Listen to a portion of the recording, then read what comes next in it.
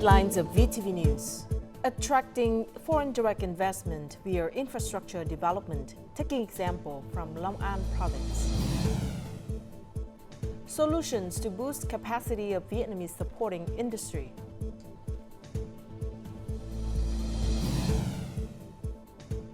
And later on in our world news, G20 economic ministers meeting kicks off in Brazil.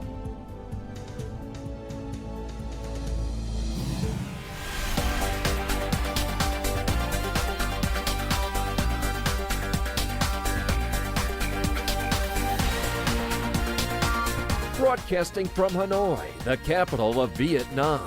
VTV News starts right now.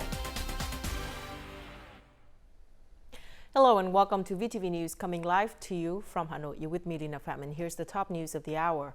Attracting foreign direct investment, or FDI, continues to be a crucial strategy for growth in Vietnam this year.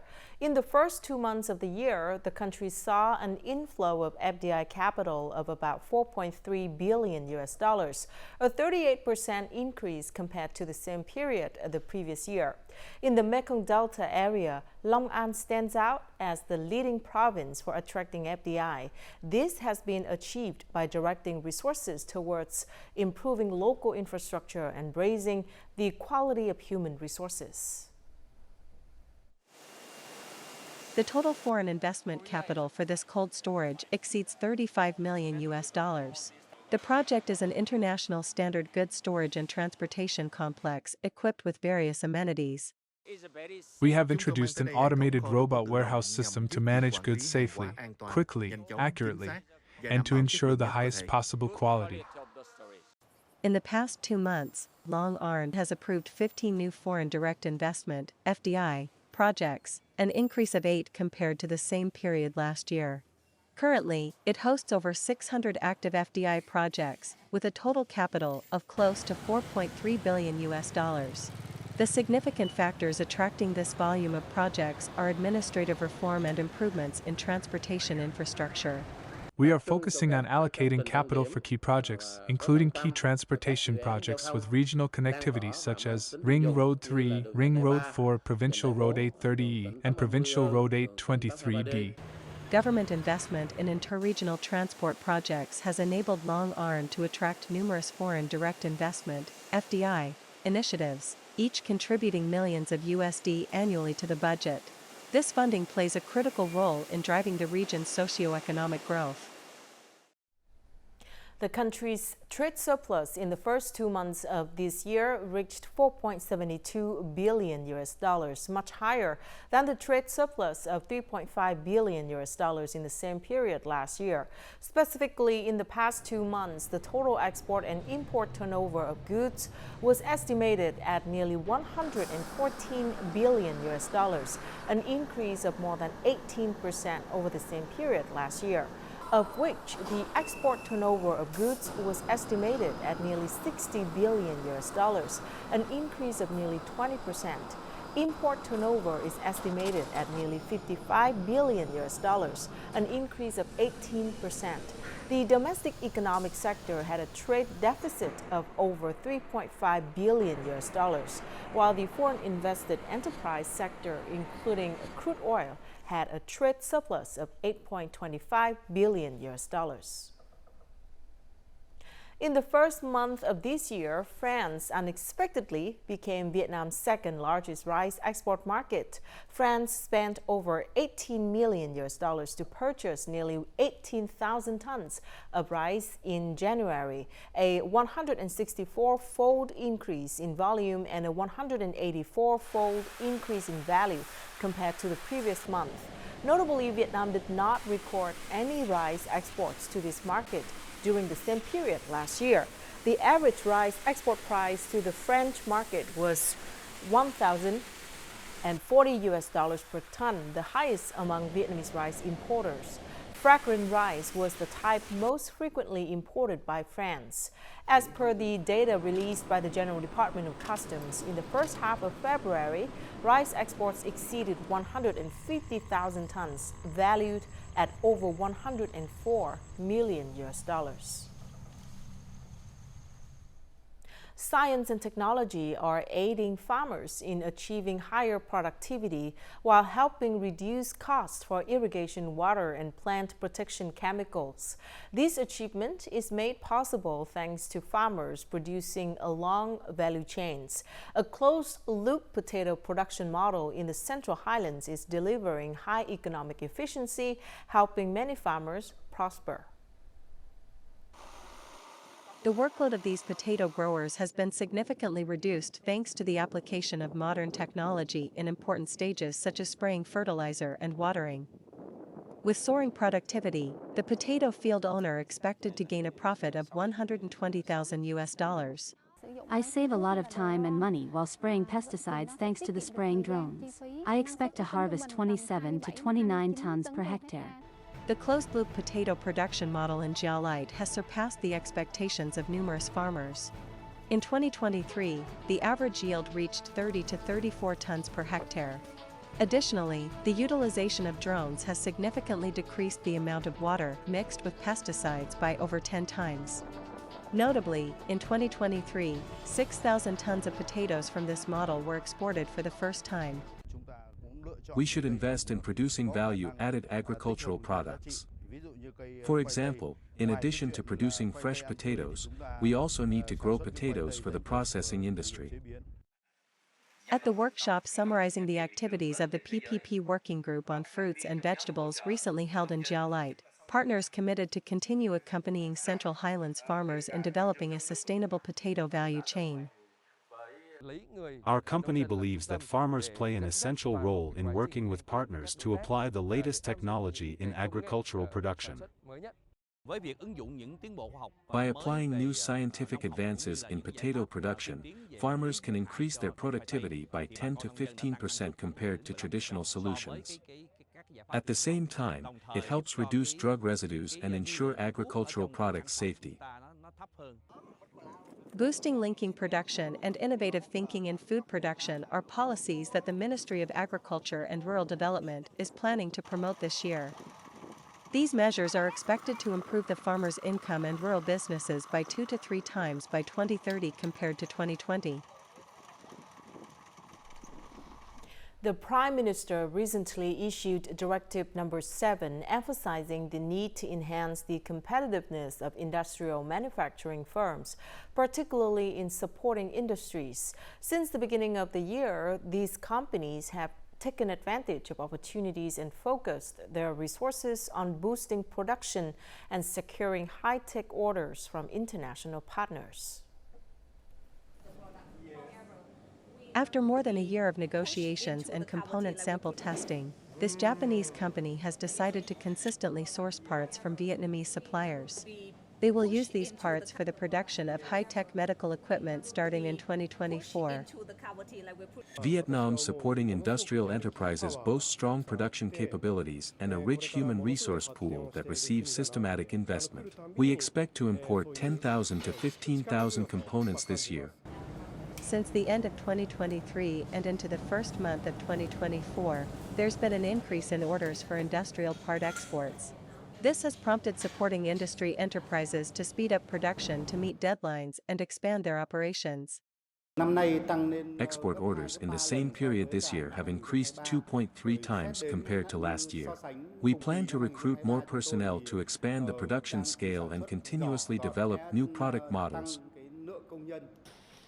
A representative from the Hanoi Supporting Industry Association highlighted that local businesses began increasing production early in 2024 to boost competitiveness for high-tech orders.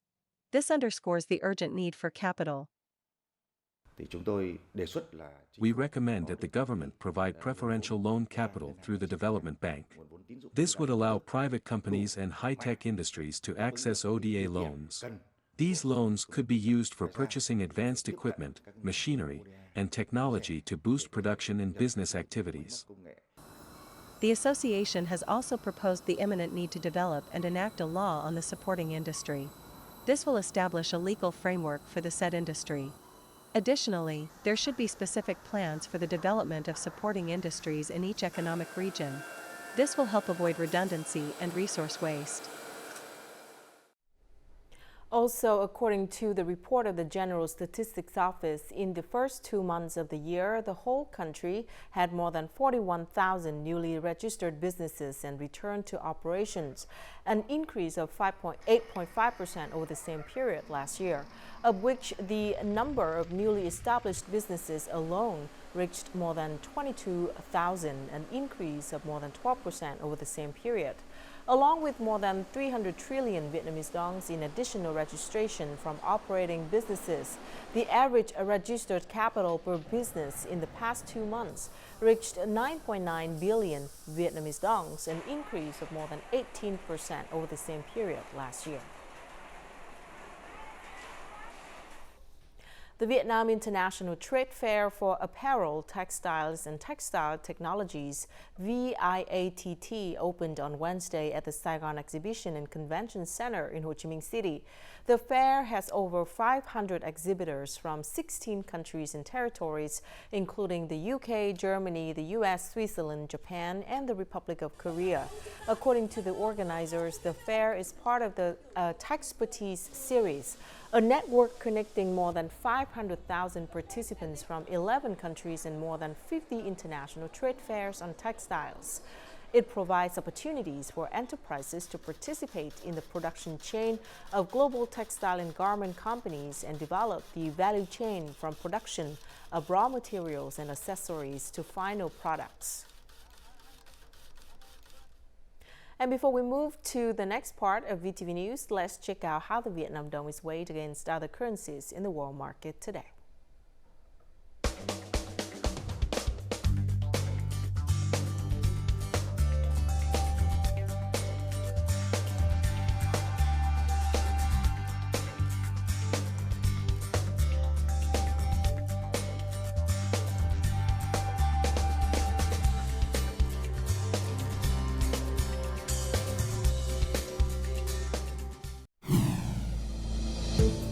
Coming up next, Đắk Lắk raises people's awareness of forest fire prevention. And unique artistic expressions inherited from traditional dragon imagery.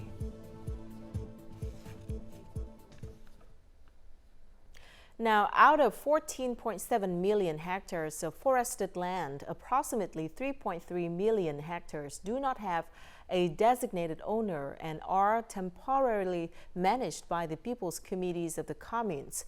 According to the Land Law 2024, the forestry sector plans to continue reviewing and allocating land and forests to people. This will aid in ensuring livelihoods and stabilizing lives.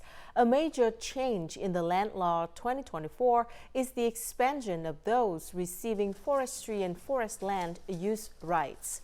Additionally, the forestry industry has constructed a database connecting with 1 million forest owners, allowing for individual management of each forest plot. At present, the South Central and Central Highlands provinces are predicted to face dangerous and extremely dangerous levels of forest fire risk.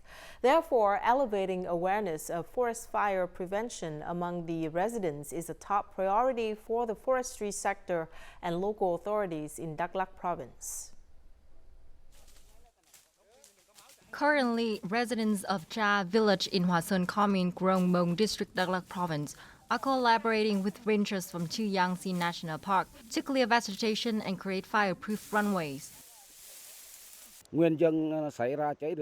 Forest fires are often caused by people who cook in the forest or mountains, or by those who catch bees in the forest during the dry season. All stations and individuals must strictly adhere to forest protection laws and cooperate with staff to prevent forest fires. Krông Bông District in Đắk Lắk province currently spans more than 68,700 hectares of forest. Of these, over 40,000 hectares have been assigned to 76 household groups for management and protection. We need the support of households in the buffer zone of the national park to assist us in forest protection, fire prevention, and fighting forest fires. The Forest Ranger Department also guided people to zone areas for shifting cultivation to avoid forest fires. When burning vegetation, it is necessary to notify the local authorities as well as the forest ranger in advance for checks and monitoring, to prevent the spread of slash-and-burn fires to the forest. The majority of people living and farming in areas bordering forests and high-risk fire zones have pledged to strictly enforce the Forest Protection and Development Law, as well as forest fire prevention measures. As a result, from the start of the dry season until now, there have been no forest fires or slash-and-burn incidents that risk causing forest fires in Đắk Lắk province. In Đồng Tháp province, the sight of a sky painted with colorful kites evokes cherished childhood memories for many. Kite flying has emerged as a popular pastime, bringing joy to many locals and children alike. Our upcoming report promises to bring you back to those nostalgic days where the sky is adorned with exotic, magnificent, and poetic kites. This is a 50 meters long dragon kite. It took this man over 2 months to complete the stunning kite. Every intricate detail was meticulously crafted by his skillful hands, showcasing his dedication and persistence. I've loved flying kites since I was a kid. In the past, I often made kites using cement paper and old notebooks. Now, the materials to make kites are more diverse and available everywhere. Whenever I see a soaring kite on the wide sky, it reminds me of sweet childhood memories. Due to his burning passion for kite flying, Theo has crafted countless kites with multiple shapes and sizes for the past 30 years. Even though kite flying doesn't bring any profit, it gives me the positivity and moments of relaxation after a hardworking day. This is the collection of 5 kites by a man from Chothang district, Đồng Tháp province. Flying 5 kites on a single string is no small feat, but overcoming this challenge brings indescribable joy. It's such a fascinating experience when seeing my kites flying in the sky. It's even more worthwhile to witness how children fancy my kites. In addition to these giant kites, there are also hundreds of kites of different sizes, showcasing both traditional and modern designs. The kite player's passion and creativity play a crucial role in preserving the folk game, providing an exciting outdoor activity for young children who have been growing up in the digital world.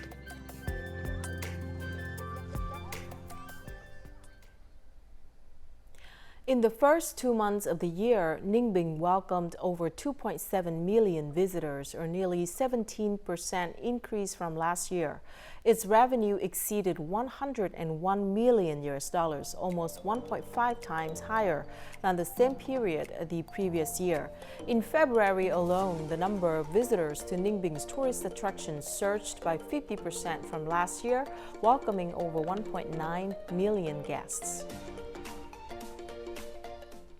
The Kongu, or Whale Worship Festival, is a significant part of the cultural identity of Vietnam's central and southern coastal regions, preserved and passed down through generations.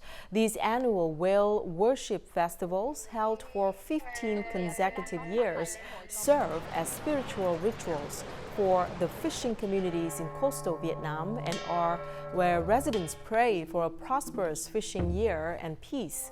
The festival's earliest recorded occurrence was in 1893 in Thanh Khê village, which is home to 3,200 fishermen. It happens on the 16th day of the first lunar month each year, marking the start of the fishing season. Most fishermen set sail as soon as the festival concludes. The sea god is presented with offerings of fine foods, and local folk games are also part of the activities. The festival has been designated as the city's 3rd National Cultural Intangible Heritage. The Management Board for Heritage Sites and Scenic Landscapes in Hanoi has officially introduced the Ngọc Sơn Mystical Night Tour on Wednesday.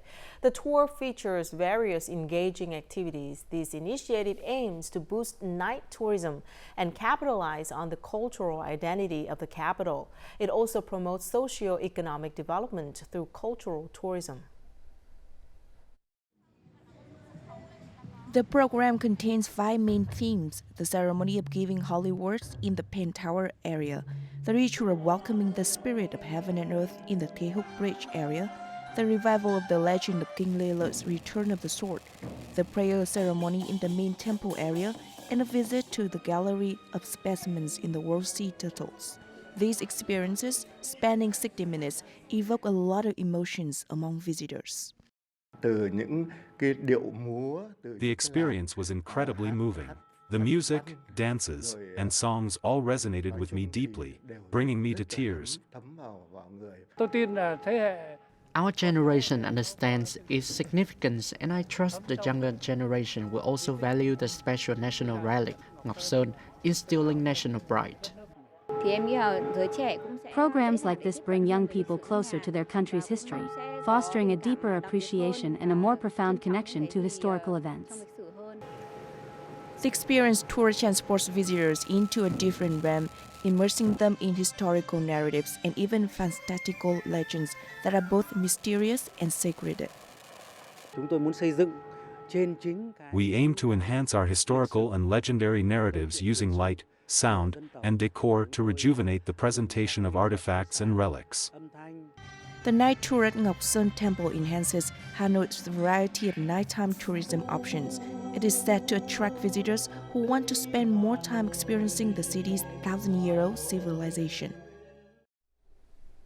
Among the 12 zodiac animals, the dragon is the only one that doesn't exist in real life. However, in Vietnamese culture and religious life, the dragon holds special significance. It is not only a symbol of the nation's ethnic origin, but also represents nobility, strength, and prosperity. As such, the dragon is a source of artistic inspiration for many artists. Calm, happy, sleeping, yawning, or crying. These 5 dragons represent 5 human states and expressions. They are part of a set of artworks created by the Gen Z artists at Lam Phong Studio. Crafted with traditional lacquer material, each tiny dragon is meticulously hand-painted. This set includes 2 winding dragons mounted on copper sticks, drawing inspiration from the folk game Tò He. We like curvy shapes that can be mounted on objects, so the shaping process was quite complicated. As young artists, we don't try to convey overly grand messages. We created a dragon image using traditional folk materials as a way to wish everyone a happy and peaceful new year. Long means dragon in Vietnamese. Therefore, the work Long Story by artist Lê Huy can be interpreted in 2 ways, as a dragon story or a long story. The dragon, made of bronze, is placed on top of a lacquered egg. It appears as though the dragon is hatching from the egg. We utilize the image of the egg, symbolizing fullness and completeness. This image is derived from a Vietnamese legend, a source of pride that speaks to the origins of the Vietnamese people. In traditional Vietnamese beliefs, the encounter between dragons and clouds symbolizes good luck. This concept inspired the painter and sculptor Vũ Dũng to create the artwork Hỷ Long Vân. Every detail in this work is derived from the dragon imagery of the Lý dynasty. The image of the dragon from the Lý dynasty is very beautiful. The dragon's head is proportioned moderately. It also has a beard and horns. I believe I have found a wonderful dragon image. According to folklore, dragons are creatures that embody the superior traits of other species, including strength and power. Artists, though they're involving dragon imagery in each piece, convey their best wishes for the new year, thus making art more accessible to the public. Coming up next in our world news, G20 economic ministers meeting kicks off in Brazil.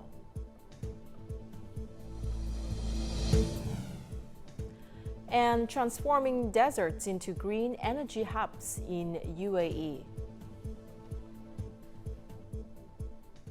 Finance ministers and central bank governors from the group of 20 nations are meeting for 2 days in Sao Paulo, Brazil. At the opening of the meeting, Brazilian Finance Minister Fernando Haddad spoke about the challenges of making comprehensive G20 progress on key issues like poverty and inequality. He pointed out that the poorest countries are facing increasing environmental and economic burdens, while their economies are threatened by a rising wave of protectionism from wealthier nations. The minister also cautioned that a large part of these poorer countries' income is severely affected by debt servicing, especially in a post-pandemic scenario with high interest rates. Brazil proposed the establishment of the Global Alliance Against Hunger and Poverty and the Global Mobilization Against Climate Change, as well as global minimum tax on the world's wealthiest to decrease inequality.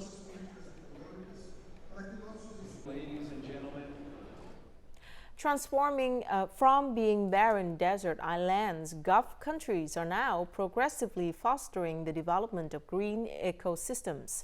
Visitors to the Gulf regions are now likely to encounter zero-emission cities and urban areas that operate almost entirely on renewable energy.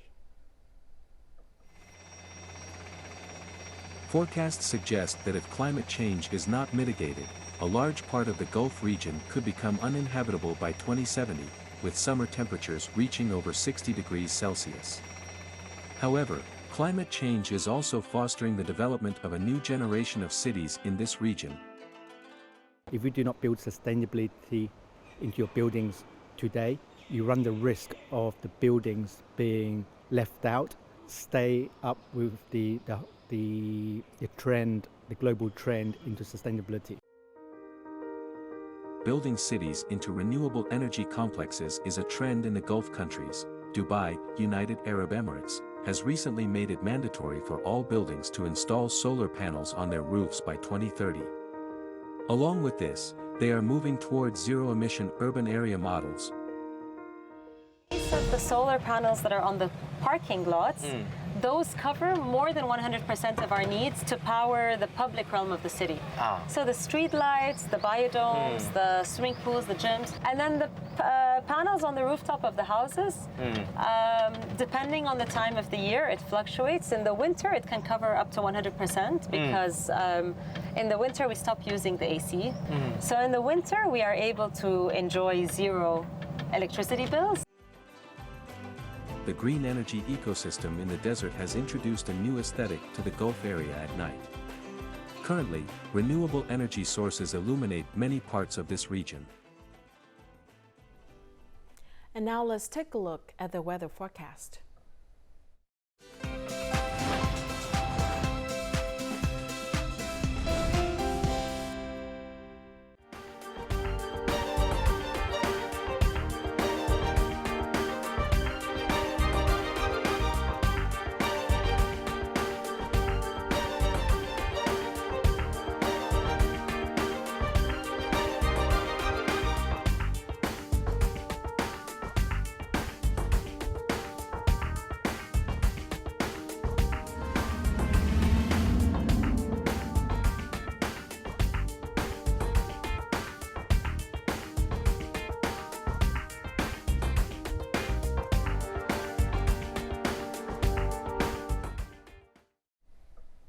And that's it for this edition of VTV News. Thank you very much for watching. To rewatch our program, you can download VTVgo from App Store or Google Play, or tune in our YouTube channel at youtube.com/VTV4Go. Goodbye for now.